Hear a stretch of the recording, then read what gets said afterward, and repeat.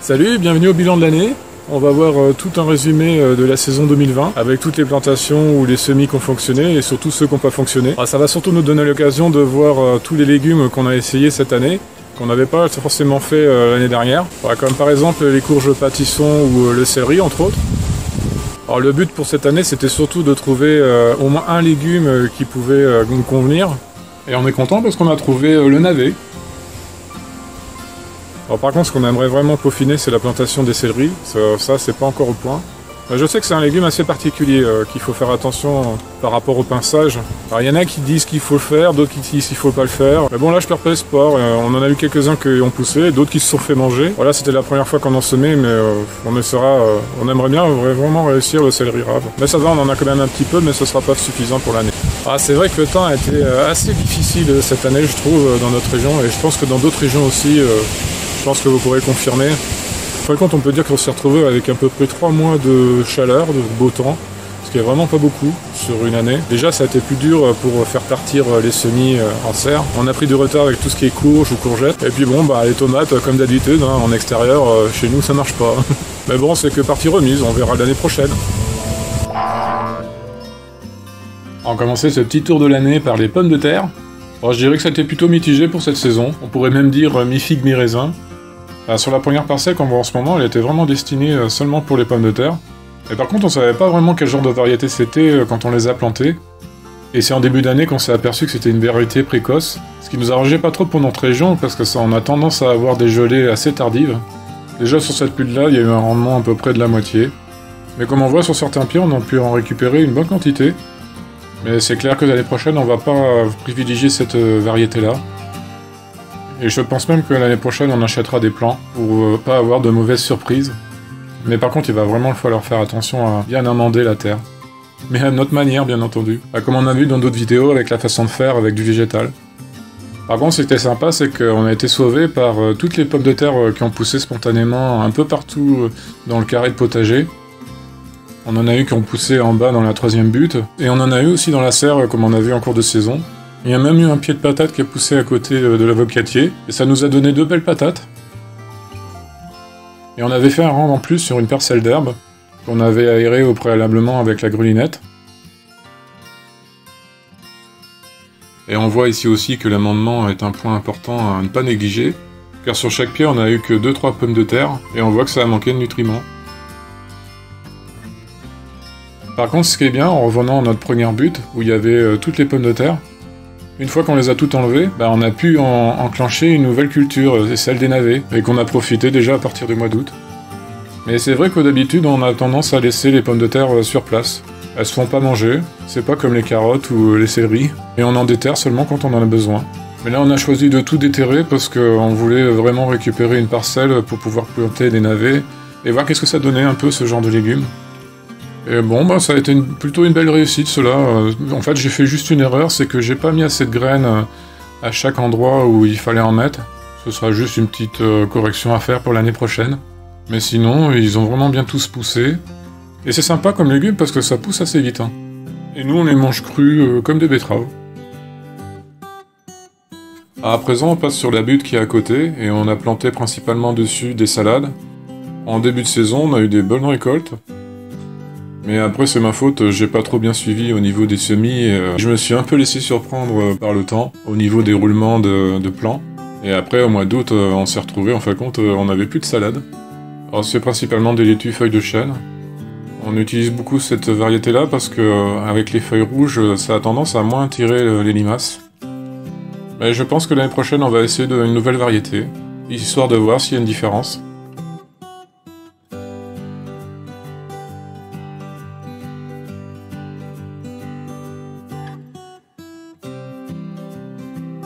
En fait, on a fait qu'un seul roulement et c'est ce qu'on voit en ce moment avec la transplantation d'un semis.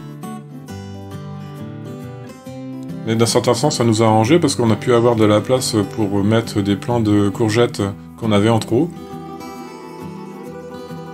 Et grâce à ça, cette année, ça a été vraiment une bonne année à courgettes, même si on a eu un peu de retard au niveau de la transplantation. Et là, ce qu'on voit actuellement, c'est celle qui était sur la première butte juste en dessous de la serre. Mais par contre, maintenant, elles sont mortes assez rapidement.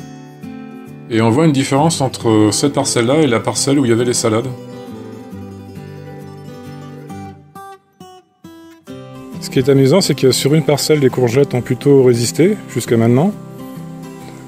Et sur la première parcelle, en fait, elles sont déjà mortes. Alors peut-être que c'est dû par rapport à l'enrichissement de la terre. Ou peut-être parce qu'elles ont été plantées plus tard. Et on voit, elles n'ont pas encore trop de maladies, pas trop de blanc. Et il y a encore une courgette. Mais là, je pense que c'est la fin. Là. Bah là, ce qu'on voit en ce moment là, c'est fin octobre. Et tout ce qui reste, c'est le porte-graines, au plan en milieu.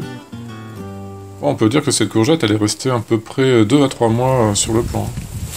Et après, ce qui est amusant, c'est qu'il n'y en a pas d'autres qui ont poussé sur ce plan-là. En tout, on en avait 6. Et oui, de ce côté-là, ça a été plutôt une bonne réussite. On n'a fait aucune pesée des légumes qu'on a récoltés cette année, parce que c'est pas trop dans nos habitudes. Mais pour donner une idée de la quantité, il y a une période de mois d'août, où on en a mangé 3-4 fois par semaine. On peut dire qu'on a vu la courgette dans toutes les sauces. Et pour nettoyer la zone avec les courgettes, c'est assez facile, on a juste à les déraciner, à les retourner, pour éviter que le pied reparte. Mais c'est très rare que ça arrive. Et tout l'hiver, elles vont se décomposer, encore plus si on rajoute une couche de feuilles par-dessus. Et tout aura disparu la saison prochaine. Oh bah voilà le beau porte-graines. Bon, on va la laisser tout l'hiver comme ça. Dans le grenier. Sur cette même butte, on avait les fèves qui étaient plus à gauche, qu'on a plantées au début du printemps. Elles ont bien grandi avec une belle poussée de fleurs, mais quand la chaleur a commencé à arriver, les pucerons ont pas mal envahi, et j'aurais pas dû les laisser s'installer. Ils ont beaucoup pompé l'énergie au niveau des plantes, et on n'a pas eu tant que ça de fèves. On a eu à peu près, je dirais, un tiers de ce qu'on aurait dû avoir. Mais cette année, c'était une nouvelle variété qu'on essayait. La Christian Flower, j'en ai déjà parlé pas mal dans d'autres vidéos. Et ces plants-là ont la particularité de monter pas trop haut. Les cosses vont être plus petites et les fèves aussi en elles-mêmes. Et comme on a vu, ça fait des jolies fleurs bordeaux. Alors cette année-là, on avait 2 parcelles qui n'ont pas poussé en même temps. Celle qu'on voit en ce moment, c'est celle qu'on a plantée au printemps. Mais on avait une autre petite parcelle d'une autre variété qui a poussé sur la butte qui est sur la gauche. Par contre, pour l'année prochaine, on va faire presque pas de fèves. Et déjà cet automne, on en a planté que juste un tout petit rang, des Christian Flower, parce qu'on voulait voir si cette variété fonctionnait bien pour l'hiver. Et après, par la suite, on verra qu'est-ce qu'on fera l'année prochaine. Avec toujours la même méthode, avec le traditionnel plantoir à bulbe. C'est bien pratique parce qu'on fait un trou et puis on peut déposer les fèves au fond. Et on recouvre de 5 cm de terre. Et ça va laisser la place pour faire sortir les petites pousses. Maintenant que cette parcelle est dégagée, on peut faire une couverture dessus. On voit déjà la consoude. En dessous, il y avait une bonne couche de feuilles avec des petites branches. Et vraiment des toutes petites, hein. Ça faisait partie des feuilles en fait compte. C'est un type d'arbre qui fait ce genre de feuilles. Et après, par-dessus, une bonne couche de fougères. On voit que ça commence à être à la fin là, parce que c'est des fougères qui viennent d'être ramassées, elles sont déjà brunes. Et en fait, c'est la fin de saison pour les fougères règles de les ramasser. Alors là, il y a déjà la moitié qui est faite. Et en fait, sur l'autre partie où il y avait les courgettes, on va sûrement mettre une bonne partie de feuilles de l'arbre qu'on voit au fond, qui sont en train de tomber.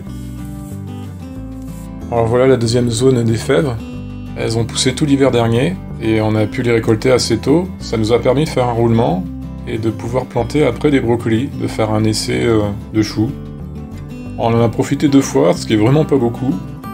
Ils ont bien grandi, ils sont bien partis, mais après on a eu une vague de chenilles, et en fait j'aurais dû mettre un filet, parce que je voulais faire un essai de plantes répulsives, mais en fin de compte ça n'a pas été très concluant.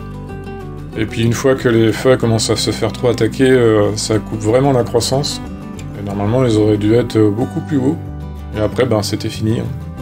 On peut dire pour la culture de brocoli, ça a été un beau raté, et ça fait une belle leçon sur les chenilles un peu trop voraces. Puis aussi, on avait des problèmes avec le vent. Nous, on est une région très venteuse. On le voit souvent quand je parle, il y a beaucoup de vent. Et les pieds de brocoli souffraient pas mal. Des fois, j'étais obligé de les redresser. Et juste en dessous, on a fait une belle zone de carottes. Celle qu'on a réussi à sauver in extremis.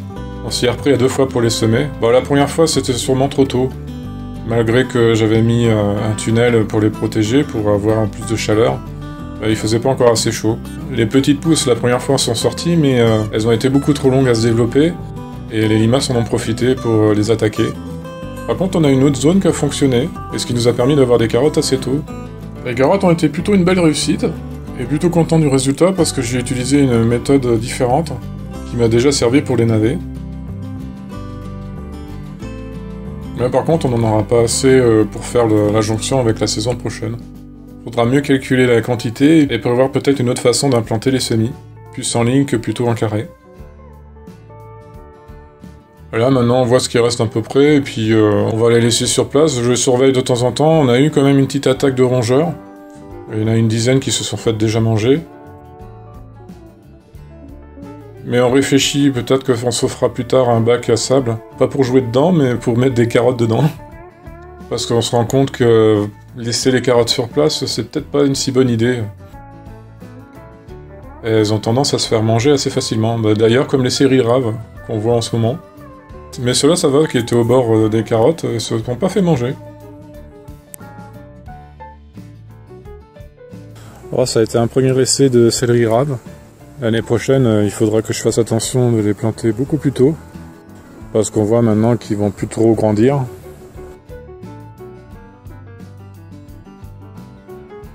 Et on a eu une attaque à l'autre endroit où il y avait d'autres plants. On voit les restes. Ils se sont fait manger par le dessous par un mulot.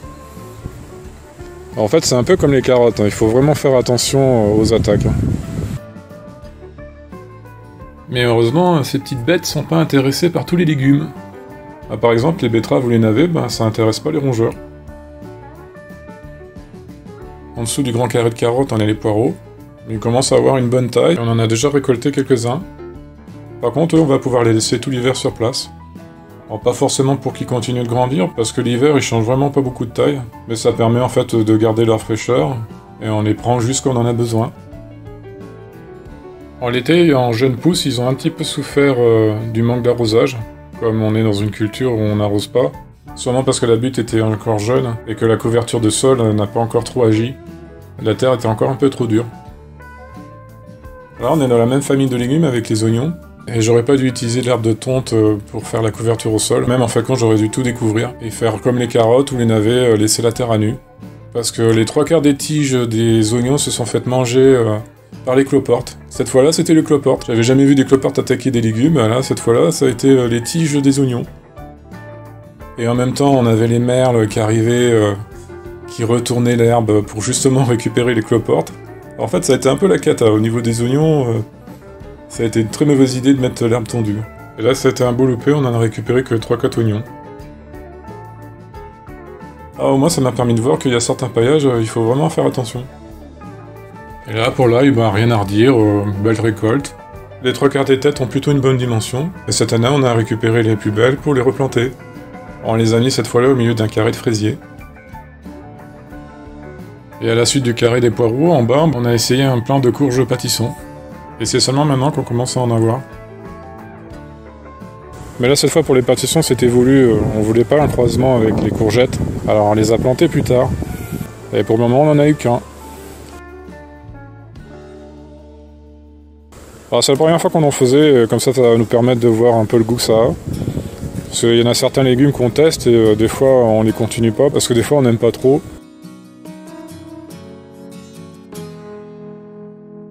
Sur la deuxième butte qui est au milieu du potager, on a aussi des betteraves qui ont bien poussé. Et tout comme les autres légumes, on les a jamais arrosées. Elles se servent de l'humidité qu'il y a dans la butte qui est emmagasinée avec le bois enterré, et ça leur suffit. Mais par contre, il faudra certainement faire attention à cet endroit-là aussi, de remettre du BRF, parce qu'on sent que cette partie de terre commence à avoir une carence au niveau du carbone. Elle commence un peu à se durcir et elle garde beaucoup moins l'humidité. Mais sinon ça va, on est content, on a une bonne quantité avec une bonne taille. On verra jusqu'où ça va durer. Après ça dépend de la fréquence de combien on en mange par semaine. Et cru coupé en tranches, c'est vraiment très bon. Alors là je les ai plantés avec la petite technique des monticules. On fait une petite butte de terre mais pas trop haute. Et dedans on fait un trou et à l'intérieur on met les glomérules. Mais je pense que l'année prochaine on va essayer vraiment une méthode différente.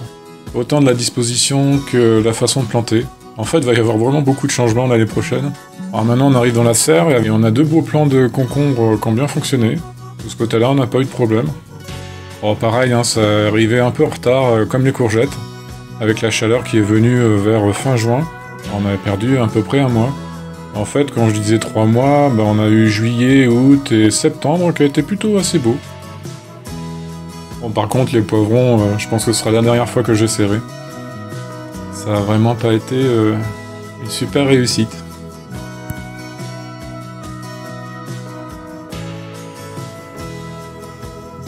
Alors en fait, c'était des poivrons qui ressemblaient plus à des piments au niveau de dimension.